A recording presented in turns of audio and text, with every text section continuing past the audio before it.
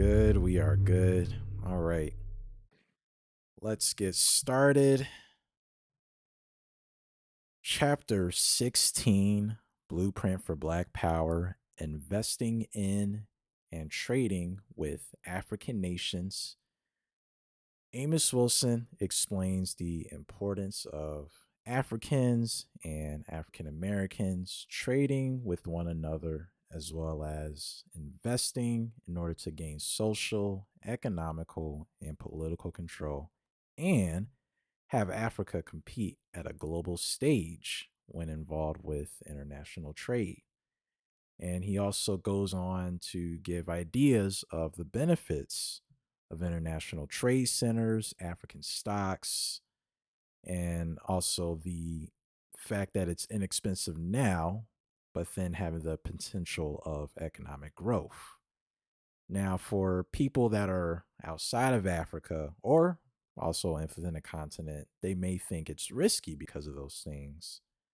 But the upside to this is that when businesses and investors have the ability to fund in this continent, they can scale very fast and grow their organization over time.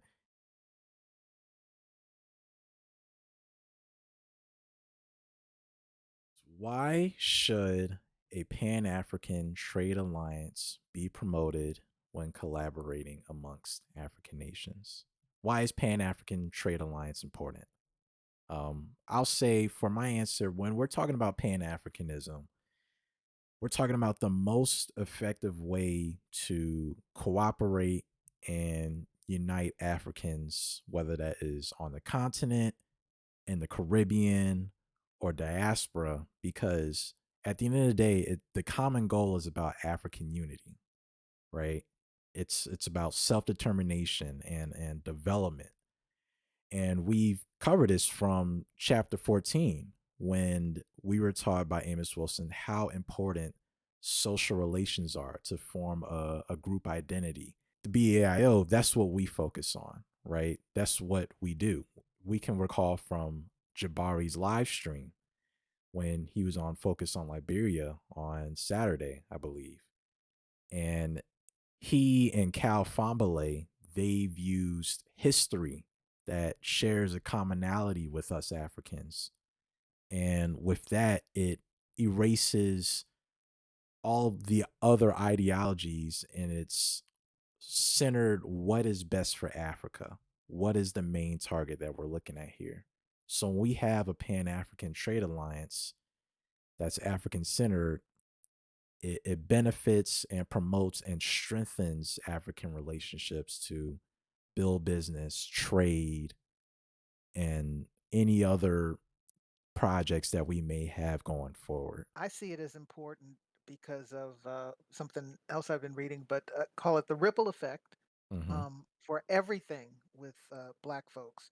It's not just that immediate economic benefit, having that capital flow, Right. and it's the relationships. To me, it's something that ripple effect, not just the adults, but down to the children, that's a norm that we work together, we work with each other, we do business with each other, we interact with each other socially, in every way, and we can do it. Right. I see it as a positive all around. Just that alone, um, to me, that ripple effect in every aspect of our lives. Just starting to trade, it's that interaction, that the normalizing of that, and not having to always look or make it appear to, especially to the younger generations, that you always have to go to somebody else outside of the community for even just the basics. And it's not the case when you have something like a Pan-African Trade Alliance started, and just having that would encourage more and more interactions. And again, it would just be normal for us to interact with each other, trade, uh, socialize worldwide. You get a legit return from it too, because Mhm. if we're going under a different route where we're obviously collaborating with people that are non-African. Yeah, there's still business there, but Mhm, then mhm. the interest is different. The relationship is different.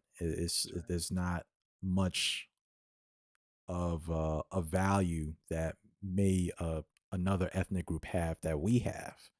And they're probably looking at a win-lose situation where they're the winner gaining from this trade or so, and we're on the losing side of it, and we may not even realize it. So definitely that is a very great point. So I wasn't looking at it just more like the economics benefits, but looking at the connection, bonding people together and helping people to connect to each other. You know, Americans here could learn about the African culture and really have an investment Hmm. because when you're working with, with people that you are connected to, you take more of a vested interest Right. and making sure that the society, your community is gonna prosper. So to me, I look at it that way.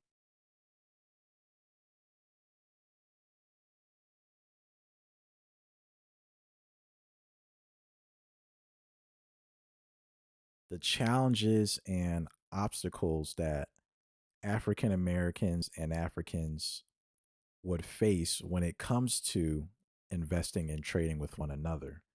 And this goes back to pretty much with parts of chapter 15, Africa Agonistes. Besides, well, for one, I'm thinking of is lack of information and not knowing what's out there in in the market.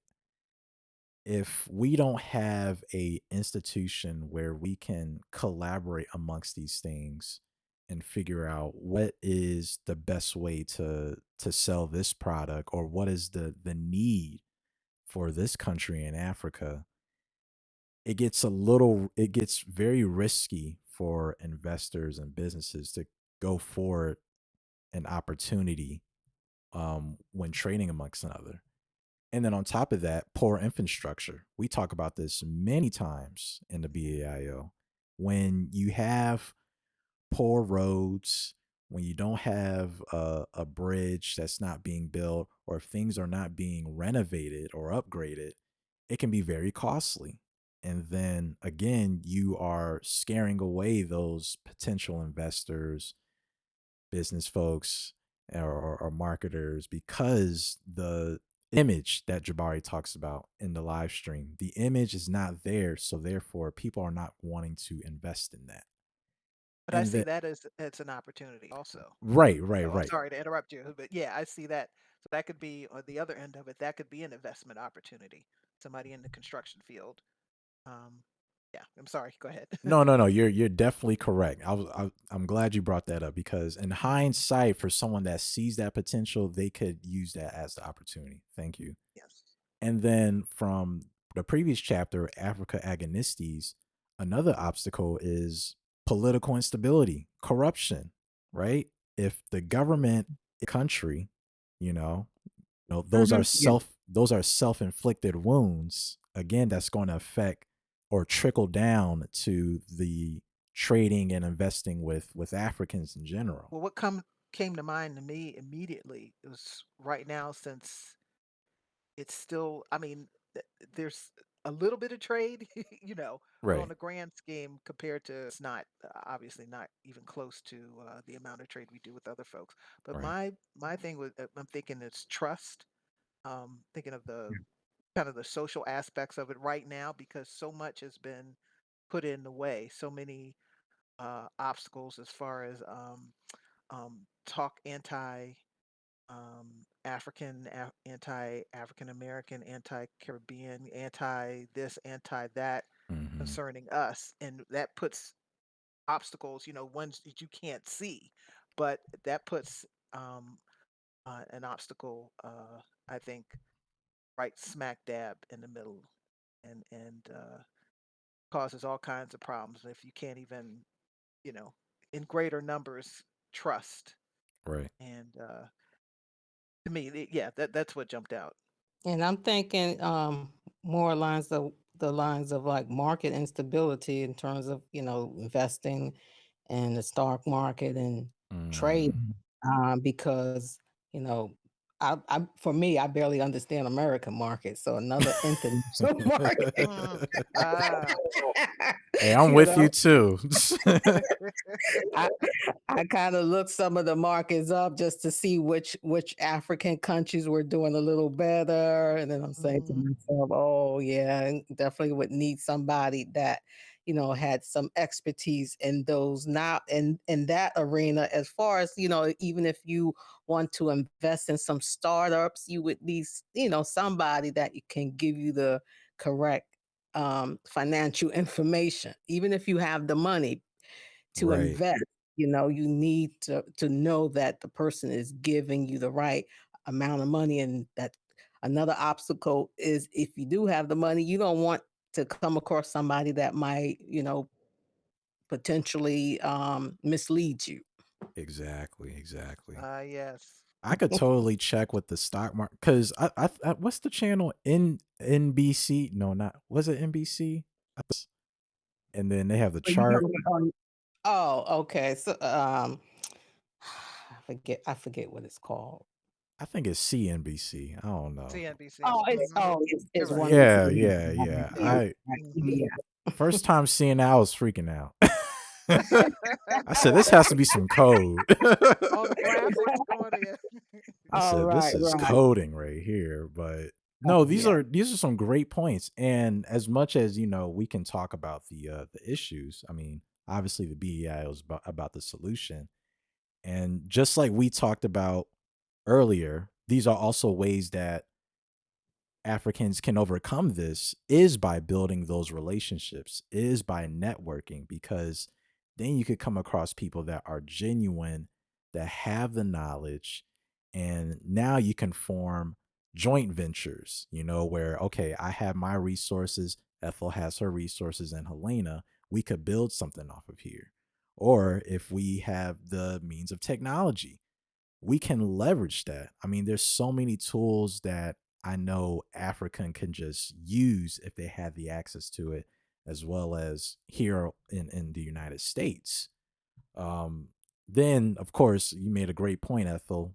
Not only just having someone that knows the finances, but also securing that finance too, because that is also very critical.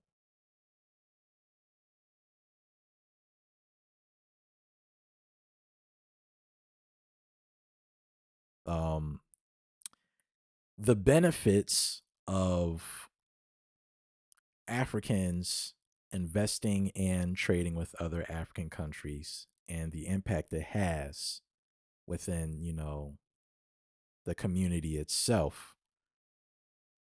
Easily, I could think of the international trade centers that Amos Wilson was talking about.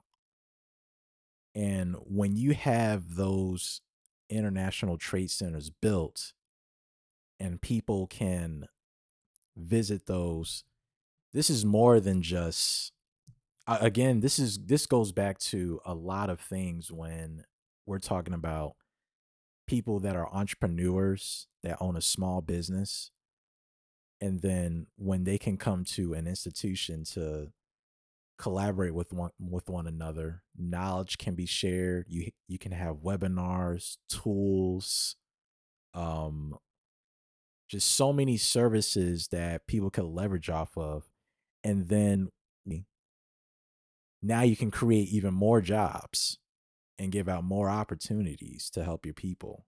Because with those jobs, folks are spending money, and that Hmm. creates other jobs, other opportunities. It expands again, that ripple effect. And I think all, and I was well, I was looking at some airline ticket prices, Hmm. going back to the continent, and wow, what they do to make it, s- you know, it's kind of difficult for us to go have direct flights Right. to some of the countries. And if we had, a robust trade, among worldwide, but I'm thinking of the African Americans at this point, or Black folks here, trading with the continent and folks on the continent. Um, there would be part of that ripple effect would be our own airlines, or better airline prices, even if it's not our own airline, something like direct flights, just some simple things Yeah. like that. And yeah, I think that's a huge benefit is with the investing and trading I was goes. listening to what y'all was saying, and I Yes. had Hmm. 2 points to make about the markets. Um, the power of having African countries trade with one another is it if let's say in a perfect world, Africa, though these countries control their own resources. In a perfect world, Hmm. then we would basically be self-contained as a continent. Absolutely. And by doing that, people could engage in our markets, but we would charge them top dollar to do it, same way they Right. do us. That's right. That's right. That's a good point. So, that's one power. And I was also thinking about the future. And I was thinking about all of these people who are anti-African. You got the white supremacists who always talking about go back to Africa. You got the black Indians that's talking about we ain't African, we Native American, and all the rest of these. Yeah. This is me doing Charles Xavier. This is not, I don't think that this is even you know some you don't have to be Nostradamus to figure this out. At some point, the way that the world is going, the world is going to be looking toward Africa, Yep. and at some point they're going to do what they normally do, which is put out some propaganda saying that Africa is a threat to the world or something like that. And they're going to go to war over our resources. And if we don't have our shit together, they're going to get it, just like they got America from the Native Americans. Yep. And I'm trying to get people to understand we're in a serious, serious time. I don't think our black people really understand the seriousness of what's going to happen in the future because the way that this climate change is happening, Oh, yeah. a lot of places is going to be underwater, That's right. And they're gonna go and where? it's going Yep. to be water wars soon. There's going to be wars over water. Africa is the place that is the most stable place on the planet. Yeah. They're not going to have the issues that the whole world is having. So what do you think the world is going to do? They just going to leave Africa? Just I guess black people got they're on top. Well, you made the point, and I mean I've heard it a few times in these circles, talking about how there's so many of us who they just we just don't seem to get that, get how important fighting over being here, fighting over staying here. And I'm wondering, it's like, what can be said to get through? Sometimes I don't think there's anything. They have to No, experience it. the presupposition to thinking that there's something that you need to say to get through is that you're presupposing that everybody is being honest and everybody's for real and everybody's Mm, legit, genuine. mm, mm, That boat has sailed for me. mhm, mhm. And Rwanda is the perfect example to let me know that I'm not crazy. It took them 20 years. Mm. Right. 500? Come on. No, no, 500 is not, oh, well, wait. We ain't got this figured out yet. Maybe we need to do more. No, 500 is a calculated effort to keep a people in the same position. no. I'm talking about changing, changing the mind, or kind of getting the folks who genuinely don't see that there's a problem, don't elsewhere. Like, Oh, like okay. this is All right. You're it. talking about the This average is it. black person. Yeah. Like Yeah, yeah. what? That's like, I don't know if anything can be I, said. It I, could be I that. don't think you can. I To don't be think. honest with, Yeah. to be It's honest like with a you, child who you keep telling, don't put your finger on the burner. You're gonna hurt yourself. Don't put your finger on the stove. You're gonna hurt if yourself. you're talking about the average black person, Hmm. and this might be shocking to y'all. I have more confidence and faith in the average black person than I do in these black power niggas. Yeah. Okay. Okay. Because every person that I spoke to that's a regular black person, when I start speaking to them, they don't give me a lot of pushback.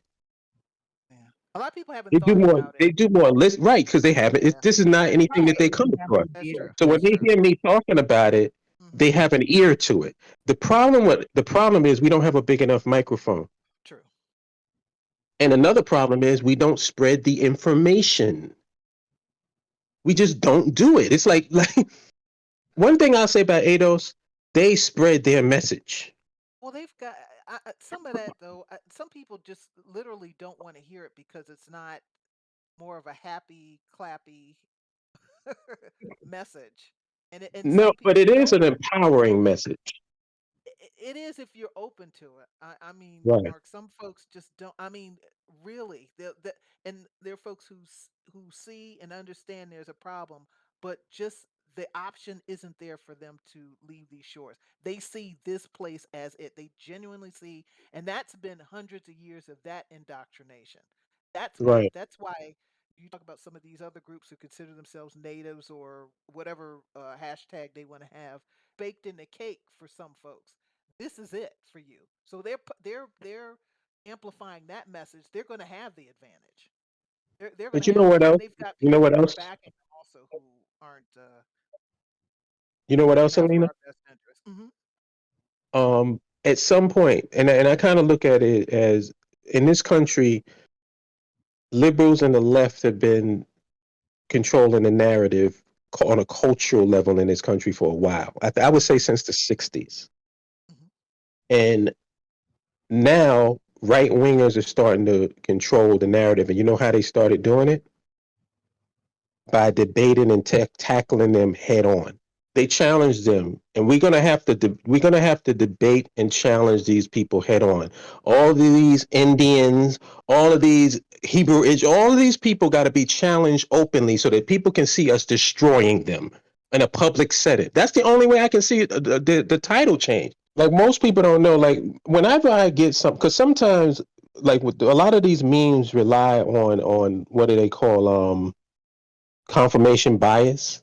Hmm. Yeah, So they give you something that you would automatically think, "Oh, wow, this is outrageous," but so your knee jerk reaction is to just believe it. Whenever I get something, I do a bunch of research to find out where did this come from. exactly. Where's the source of information for this? Or is it a reputable source? Like if it's from some website with no history, how can you take that and put it out there like it's fact? Same thing when you read a book. People read books and they'll be like, "Oh man, this book is so revolutionary," or "Man, look at this book; it's a good book." Like the book of America and Africa, right? But one thing I always tell people is you got to look at the sources. Look at the Right. sources that they are using in the book. Just don't believe a book just because it's a book. Go into the sources and see how much work did they put into this. How Right. many sources did they use? Yeah, that's the reason why like every point that I make is for a reason. That the whole putting out the whole point about bending the knee is purposeful. Because you're gonna have True. to come up with an argument. If you're saying, "Oh, y'all talking that nationhood, getting our own, da da da da da," and you against that, then what I'm saying is, "Oh, so you for bending the knee? You can't have it both ways." Same thing. I said the exact same thing in my video. I said, so on one hand, y'all said we ain't African, but get upset that you're not part of the U.S. Africa Summit. So how does that work? So we not Africans, but you upset because FBA should have a seat at the U.S. Africa. You can't be part of the U.S. Africa Summit. You can't have it either way. This is what we need. The con game, the bull job. It's Yeah. they know fully well they African, but they don't want to say themselves are African. But then they Yeah, get they pick upset and when. choose. They pick and Mhm. choose. Like if you say you're not African, then stop saying black folks invented mathematics. Stop it. Stop saying that. Stop Mhm. identifying anything that Africans did with you be black American and let your history start in 1619. There you go. Yep. That's your history. Don't go back to Africa. Don't talk about pyramids. Don't talk about mathematics and culture. Don't talk about none of that stuff because you're not claiming it. Chapter 17 will be empowerment through wealth. We will not have class next week.